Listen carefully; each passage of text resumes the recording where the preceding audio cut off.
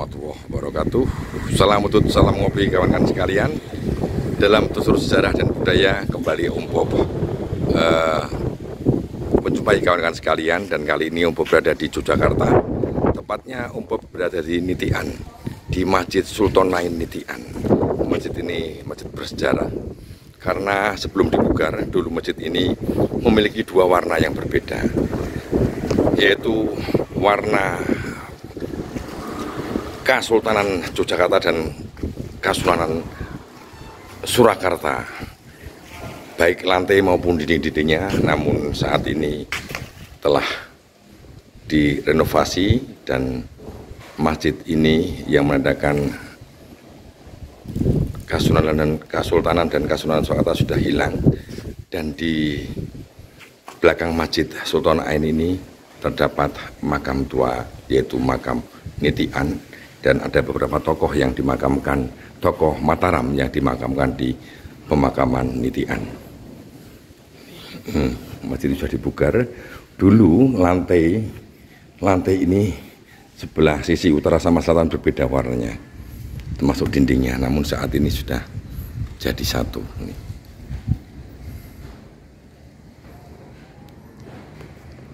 Dan Om Bob akan menuju ke makam yang berada di depan Masjid Nitian ini. Assalamualaikum warahmatullahi wabarakatuh. Salam udut, salam ngopi kawan-kawan sekalian. Kembali bersama Om Bob dalam telusur dan tutur sejarah budaya. Dan Om Bob saat ini juga masih berada di makam Nitian. Dan di atas persis sebelah utara dari makam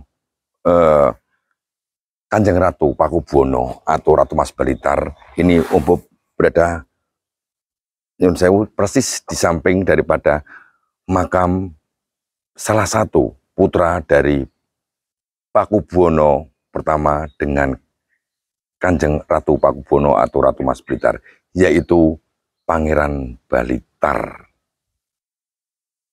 Ini ada yang menarik kawan-kawan sekalian. Ratu Pakubuwono tidak dimakamkan di makam-makam Imogiri atau Kota Gede atau makam-makam elit daripada Terah Mataram, namun di makam yang sederhana bareng bersamaan dengan makam Pangeran Blitar. Pangeran Blitar ini salah satu putra kesayangan dari Ratu Pakubuwono. Dan beliau dimakamkan di Nitian ini berarti tahun 1721, 2 tahun setelah beliau memberontak kepada kakaknya. Siapa kakak beliau? Kakak beliau adalah Amangkurat keempat. Amangkurat keempat merupakan putra tertua daripada Ratu Pakubuwono. Baik kawan-kawan sekalian, singkat saja Om Bob akan bertutur sedikit tentang beliau Pangeran Blitar. Pangeran Blitar ini merupakan salah satu putra dari Pakubuwono pertama. Pakubuwono pertama dengan Ratu Blitar atau Ratu Pakubuwono ini memiliki putranya yang pertama adalah Amangkurat keempat. Kemudian yang kedua adalah Pangeran Purboyo. Jadi yang pertama itu Amangkurat keempat itu kalau nggak salah namanya Suryo Putro ya. Raden Pangeran Suryo Putro bergelar Amangkurat keempat, kemudian Pangeran Purboyo dan Pangeran Blitar. Ketika tahun 1719 Pakubuwono pertama sedo dan yang menggantikan Pakubuwono pertama adalah Amangkurat keempat yang didukung oleh VOC. Sebetulnya Ratu Pakubuwono menghendaki kalau enggak Pangeran Blitar ya Pangeran Purboyo yang lebih taat beragama, yang lebih berkarakter Islami. Namun yang tetap ditetapkan sebagai pengganti raja Pakubuwono adalah Amangkurat keempat. Dan Amangkurat keempat ini tidak didukung oleh saudara-saudaranya. Maka terjadilah peristiwa yang disebut dengan Perang Suksesi Jawa Jilid II. yaitu tahun 1719 sampai nanti tahun 1724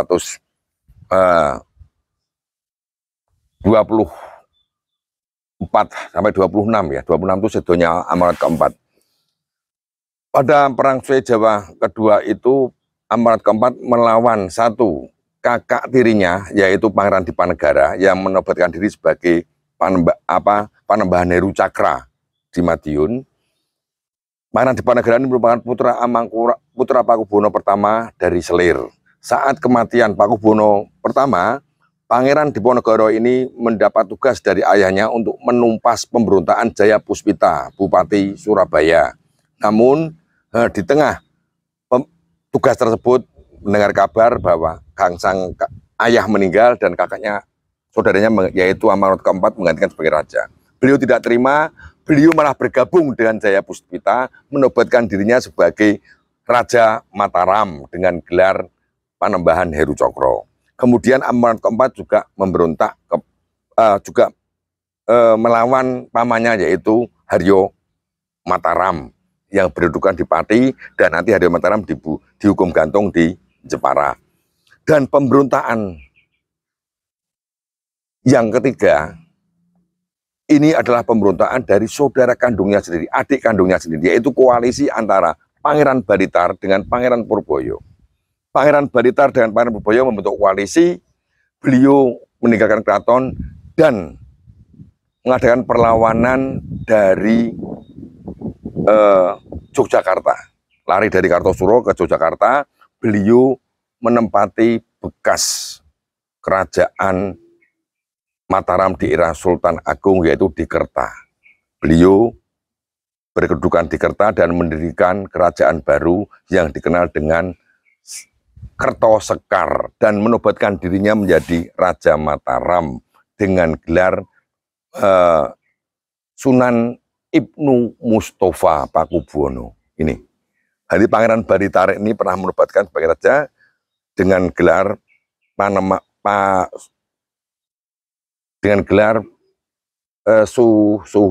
Sunan Ibnu Mustafa di Kerto atau Kertosekar.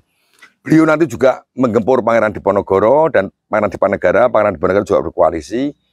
Namun gabungan antara Laskar Kartosuro dengan VOC berhasil memporak-pondakan Kertosekar.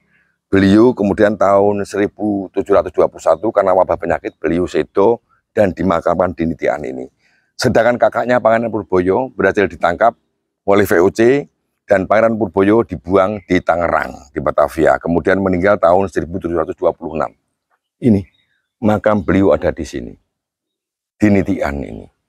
Oleh karena itu, Om Bob penasaran kenapa beliau dimakamkan di Yogyakarta, memang sedo di sini, dan ibunya menyusul di sini.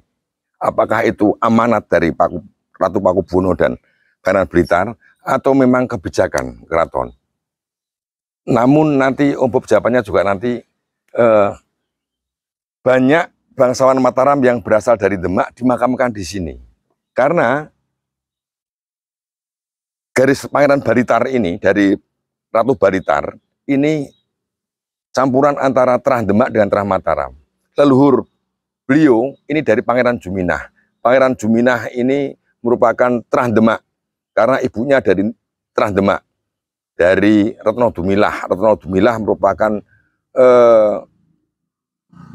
cucu dari Pangeran Trenggono yang kawin nanti Retno Dumilah dengan Panembahan Senopati campuran. Dan di sini juga ada Raden Ronggo. Di depan Om Bob itu ada, samping Om Bob itu Raden Ronggo. Raden Ronggo juga putra Panembahan Senopati, Terah Mataram, juga bergaris ibu dari Demak. Nanti kita bincang-bincang dengan Raden Ronggo. Apakah makam Nitian ini memang sengaja dikhususkan untuk makam bangsawan Mataram yang memiliki darah dari Terah Demak?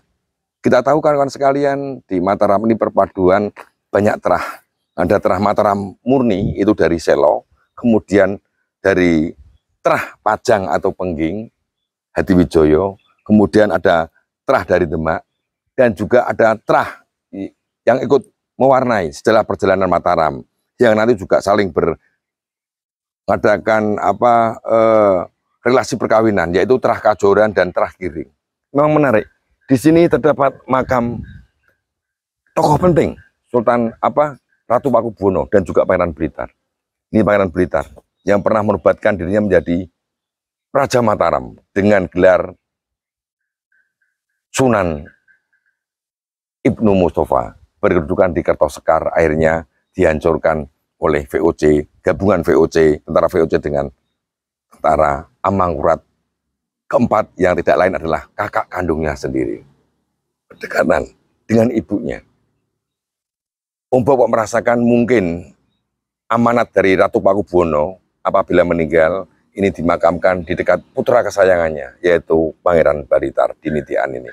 Demikian sekilas tentang Pangeran Blitar, Om Bob dari Nitian, Yogyakarta. Om Bob mohon maaf apabila ada hal yang kurang berkenan. Salam udut, salam ngopi. Assalamualaikum warahmatullahi wabarakatuh.